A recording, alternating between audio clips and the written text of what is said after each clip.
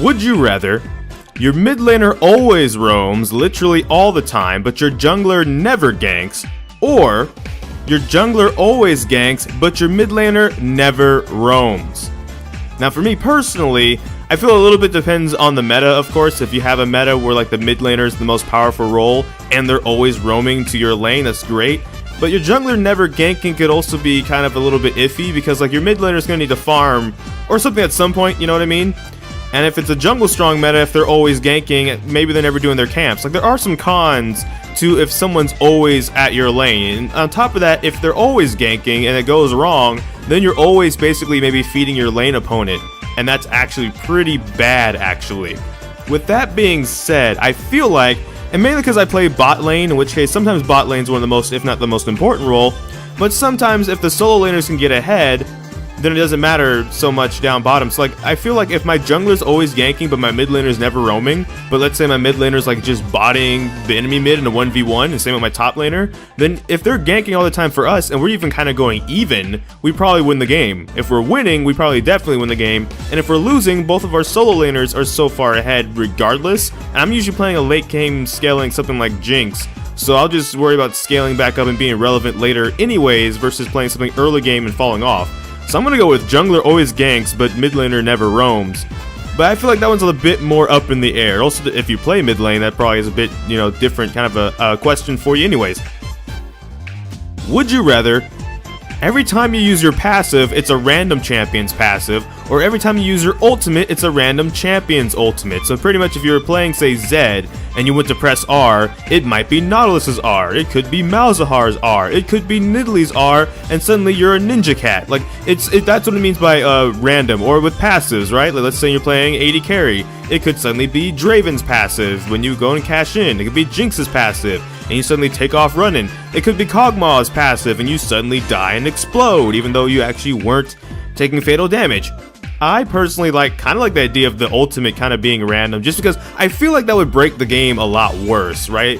Once again, if I'm playing, say, Jinx, and I go to use my ultimate to try and take somebody out, and it's instead like Zed's ultimate, so instead suddenly I'm just like death marking somebody, but like as Jinx, and I can like shadow out of it or something, that would just seem wacky. It'd seem wacky, and that would be kind of fun, I think. And ultimately, I think the only time I enjoy this game anymore is when it's like beyond fun and stuff like that. So I'm gonna have to go with that. But passive could be pretty fun too, unless the passive is like absolutely terrible, right?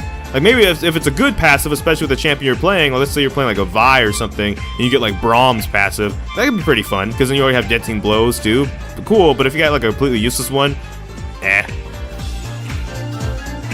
Would you rather your own skin for your favorite champion, but your champion never gets a skin ever again, or your main champion is S tier for half of the year, but disabled for the other half of the year? And pretty much what this means, to break it down, is they would design a skin for you, based off of you, for your favorite champion, whether you want it to be directly off of your own outfit or a certain thematic you like. If you have like an OC, an original character, and you want to apply that concept to your favorite champion, that kind of a thing. Or your champion is like S tier for half of a season. So let's say if the ranked season starts in January and it goes till November, then roughly we'll say that's about May. So from January to May, your champion is not only meta but S tier, but then they're disabled from June to November, in which case you would have to play something else. Even if you use that champion to get to Challenger, you'd be stuck having to use something else at that point, because your champion's like just gone. But they would be S tier and like ban worthy and everything. But even if you want to throw that in there, you will get your champion. They're not banned, but they are ban worthy. Let's put it that way. So there is some more pros to that as well. I personally would go with that one, actually. Because I'm not really that much of a big ranked person as it is. Ranked isn't like I don't do like a journey to challenger kind of a thing. So that would probably be a detriment to me too much.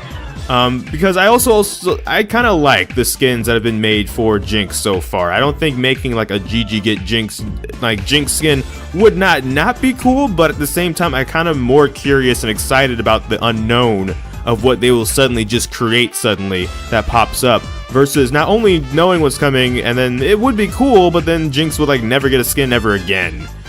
So I'm gonna have to go with your main is S tier for half the year, but then disabled the other half.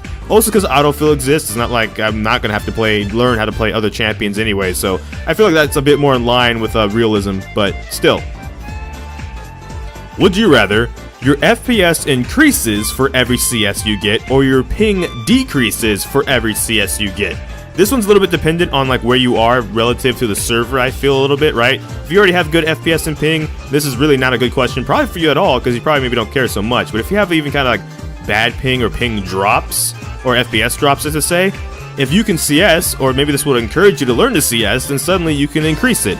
Or your ping, maybe because you're so far away from the server, it's like 100. It means for every CS you get, you decrease it by 1. If you CS well, you can get it down to like 40, 20, actually make it pretty decent. I'm gonna say yes, you can get your ping down to 0, just like you can increase your FPS indefinitely, just to add a little bit more onto this. Personally, for me, I would go with my ping being decreased, because everybody, like every time I talk about what my ping is, it's about 70, but it's like a stable 70. People always say it's like bad, and I'm like, so you're saying I just would be better at the game if I had lower ping? And they're literally like, yes, you want lower ping, or you're probably never going to be great at this game. There's also a counter argument, of course, that as long as your ping is stable, you can learn how to at least play the game and get good at the game at that point, right? Like part of the ping problem is when it spikes more so than when it's stable. But I will say, I think I would like to give it a shot, just see if I could have like 20 ping, if it really would make me better.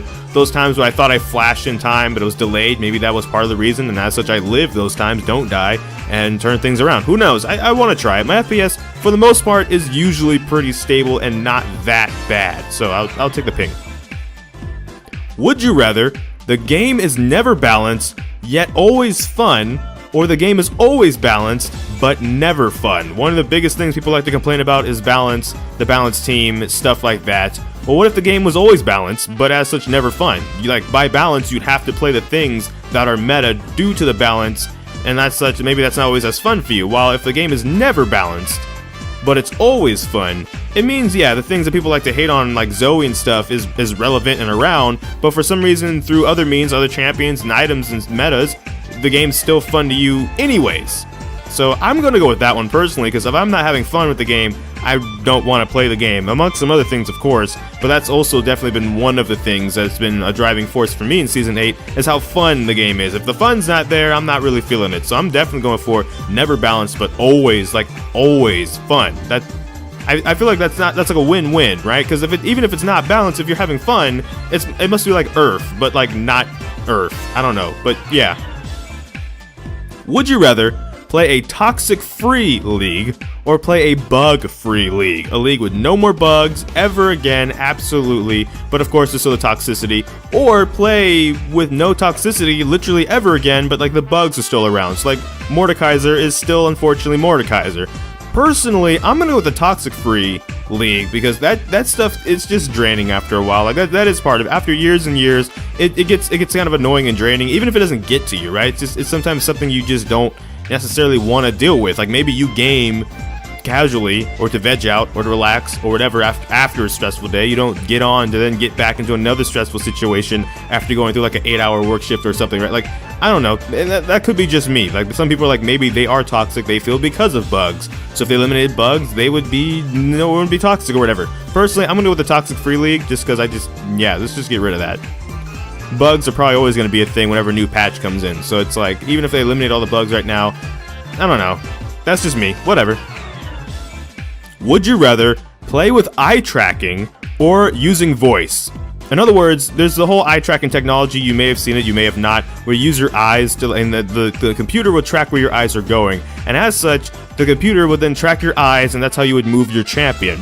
Or playing with voice, meaning you have to vocally speak out everything your champion is doing. And so would everybody else. It's not just you, it'd be like an everybody thing. Everybody's using eye tracking, or everybody's using voice. So if everybody was in a giant team fight, they're all having to call out what their champion needs to do to be able to fight in the team fight. So everybody's champion is probably standing around every 2 seconds while someone's giving out a new order vocally for the champion to actually attack. That one seems like it'd be more chaotic. I think I would go with using voice, actually, instead of eye tracking, because eye tracking would be fun, but eye tracking would probably only apply to movement. There's no way you could probably use abilities unless you like look down at the HUD at the bottom and go back and forth.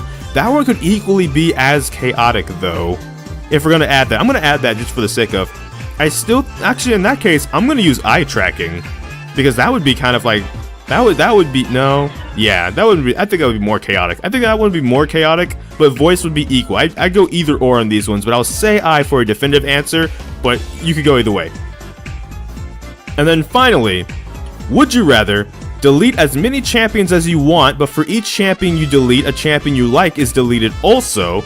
Or, for every champion Riot makes that you absolutely hate, one gets made that you will absolutely, like, 100% love and enjoy. So pretty much, for example, if I said, say, I hated Fiora whenever she's meta, or like borderline like 60% win rate, actually possibly legitimately OP, I could be like, delete that. But at the same time, it would delete a champion I like, so it would take, let's say, Jinx out with her. So I wouldn't have to deal with Fiora anymore, but I wouldn't have Jinx either.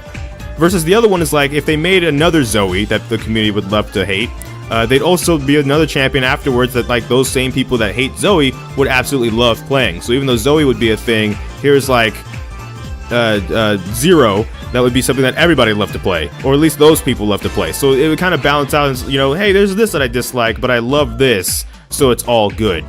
Now for me personally, I'm tempted on the deleting one because there's not actually really a single champion that I hate wholeheartedly. There may be some abilities that I hate, so it kind of be like a hybrid thing of I delete this part of a champion, and as such probably lose a part of a champion I like. Like I delete not win wall, but the mechanic where it clips stuff specifically, and as such I'd lose like 2 of the 3 flame chompers on Jinx or something like that. You know what I mean? Like it'd just be the 1 flame chomper she'd throw out, which would be insanely easy to go around and stuff like that. But that's probably what I'd lean towards, with a little bit of asterisks.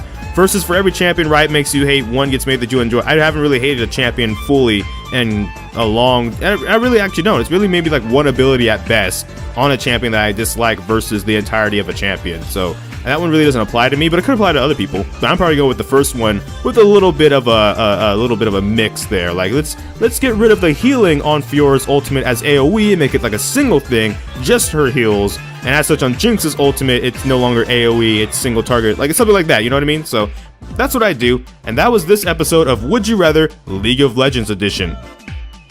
In the comment section down below, feel free to play along with your own answers. Feel free to spread this video to your friends and other people so they can join in on the fun. But that is all for this video. So thank you so much for watching this video. If you did, make sure to like, comment, and subscribe. Hit that bell notification because that's the actual subscription button. But I don't know which video will be next because life can have a lot of kinks. So until next time, take care.